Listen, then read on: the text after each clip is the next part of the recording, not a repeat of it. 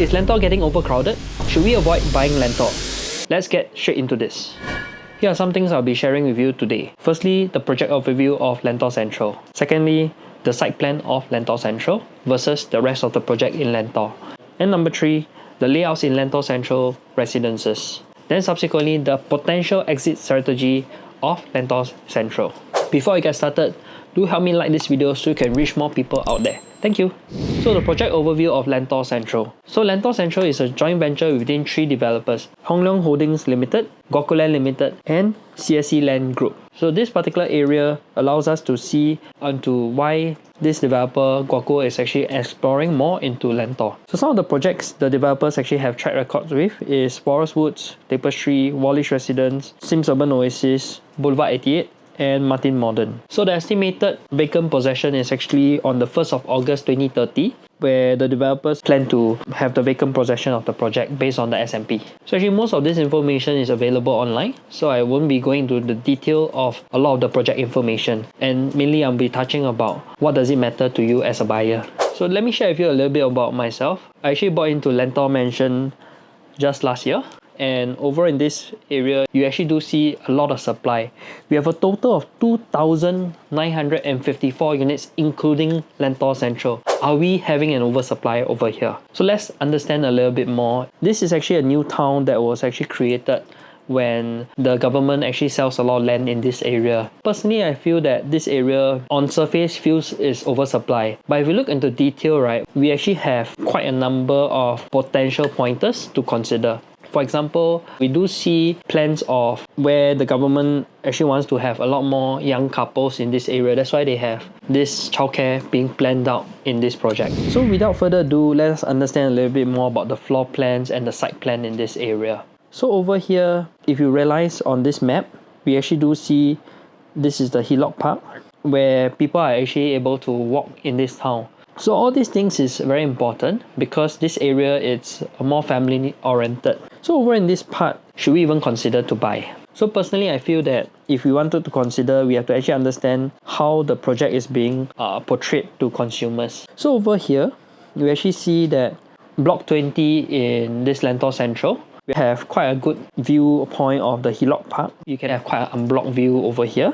And of course, in the other point of view, we can see further ahead as well. In Block 18, we can see the greeneries and even further views ahead. So for Lentor Central, it's actually the tallest block in the whole Lentor cluster. But I need to share a little bit of disclaimer over here. It's because this Lentor Central is not within 1 km of CHIJ St. Nicholas. So of course, if you want to buy based on school, this project do not have. But it's actually a short walk away to the MRT and shopping mall.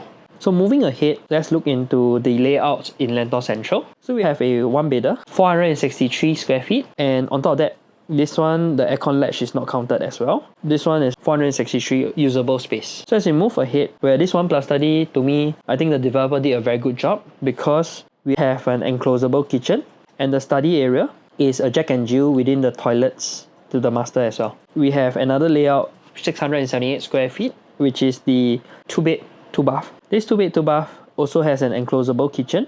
On top of that, we have a width of 2.8 meters, which is actually very spacious from the living room area. So this layout is going to be very popular during the launch itself. This could be within the budget of most young couples. So just to share with you an example of the calculation. So we take 678 square feet. If we base on an average price of 2002, we're going to see prices of below 1.5 million. The affordability ratio is very important because a 2-bed, 2-bath is likely being bought by a young couple. So if you want to understand a little bit more about how affordability affects property purchases, you can actually click my previous video over here where I talk about affordability versus property prices. So as we move ahead to the next layout, it's actually 689 square feet, a little bit similar, just that it's not a dumbbell layout, it's just a more traditional layout, enclosable kitchen as well. We have another layout of 678 square feet.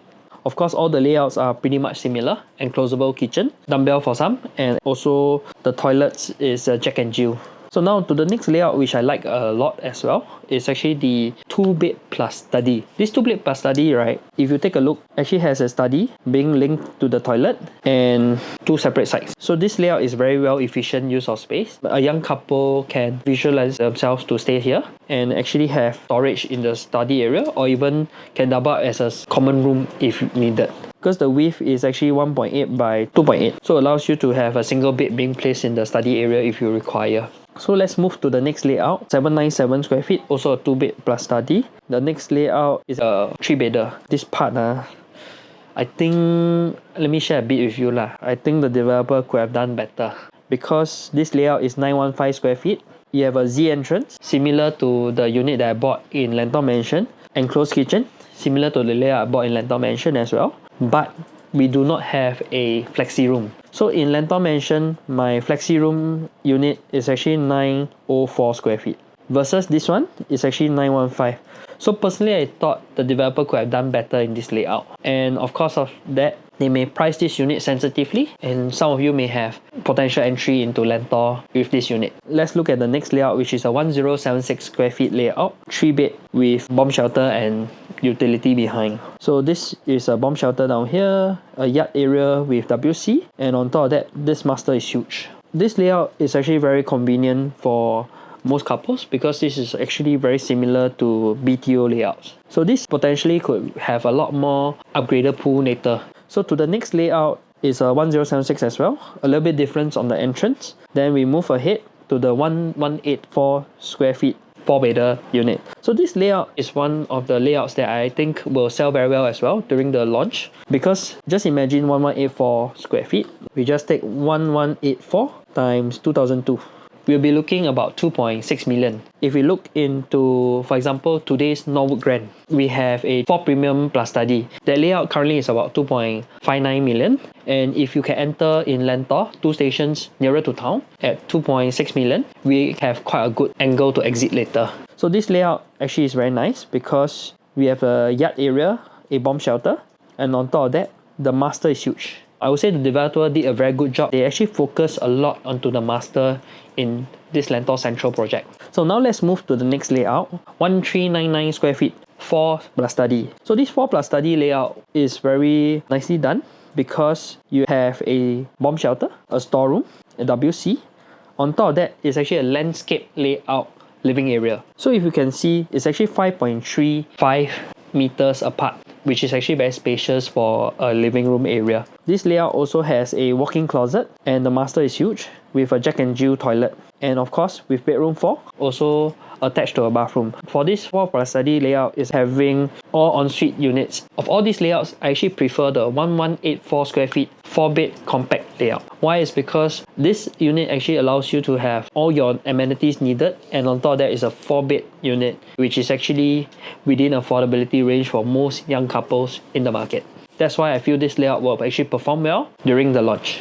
So on the possible profits is that if we look at a exit point of 2005 and an entry point of 2002, we actually do have a potential profit of 1184 square feet times 300. About 355,000 profit potential in this unit.